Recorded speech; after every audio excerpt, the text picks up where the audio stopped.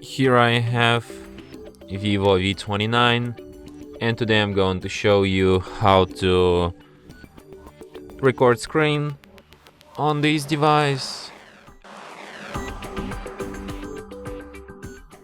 So to do this, firstly you should go to the upper bar, and here you can find the button record screen. So by tapping on it you can start recording. So by tapping on it you access these settings. Here you can enable displaying touch trajectory, you can record system sound, you can record microphone sound, you can record both. You can also change image quality and enable do not disturb when you're recording. So to start recording, tap on this button and recording starts immediately.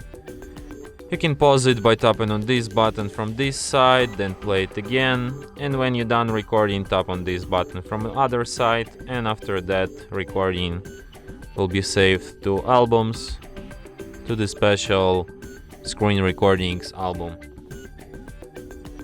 And from here you can recording starts immediately. From here you can share, edit, compress, delete your recording, or perform other actions from this list. And that's it. Thanks for watching. If you find this tutorial useful, don't forget to hit that like button and subscribe to our channel.